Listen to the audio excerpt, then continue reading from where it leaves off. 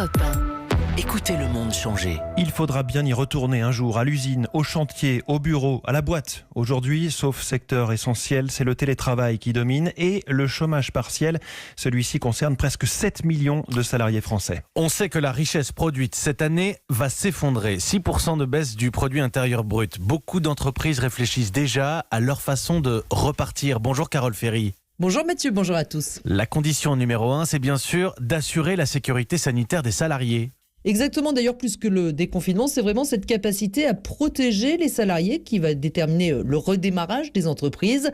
Dans l'industrie par exemple, c'est toute l'organisation qui doit être repensée pour respecter les fameux gestes barrières selon le président de l'UIMM, Hubert Mongon. Il faut que le poste d'après dans une ligne de production soit éloigné au moins de 1 ou 2 mètres. C'est pas facile, notamment dans les métiers de l'automobile.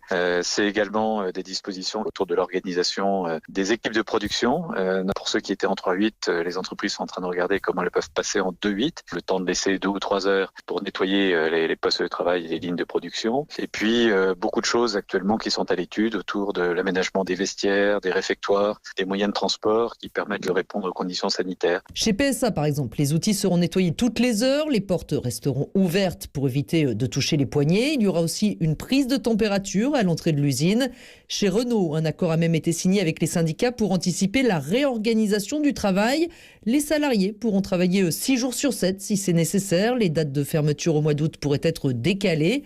Enfin, le groupe Vinci, lui, envisage de commencer avec des chantiers tests pour vérifier ce qui fonctionne ou pas. Et alors, est-ce que ces entreprises ont déjà un objectif sur le bon moment pour reprendre leurs activités ? Alors la date qui revient le plus, mais qui bien sûr ne concerne pas toutes les entreprises, c'est mardi prochain, après le week-end de Pâques. Mais il faut trouver des salariés volontaires et surtout disponibles. La grande question, c'est est-ce que les enfants vont reprendre l'école en mai ou plutôt en juin, voire en septembre? Ça change tout. Et puis pour redémarrer, il faut que votre fournisseur ait redémarré aussi. Une reprise générale serait donc plus efficace. Est-ce que ce sera vraiment possible? Personne n'est capable de le dire, mais tout le monde y travaille. Enquête Europe 1 signée Carole Ferry du service économie.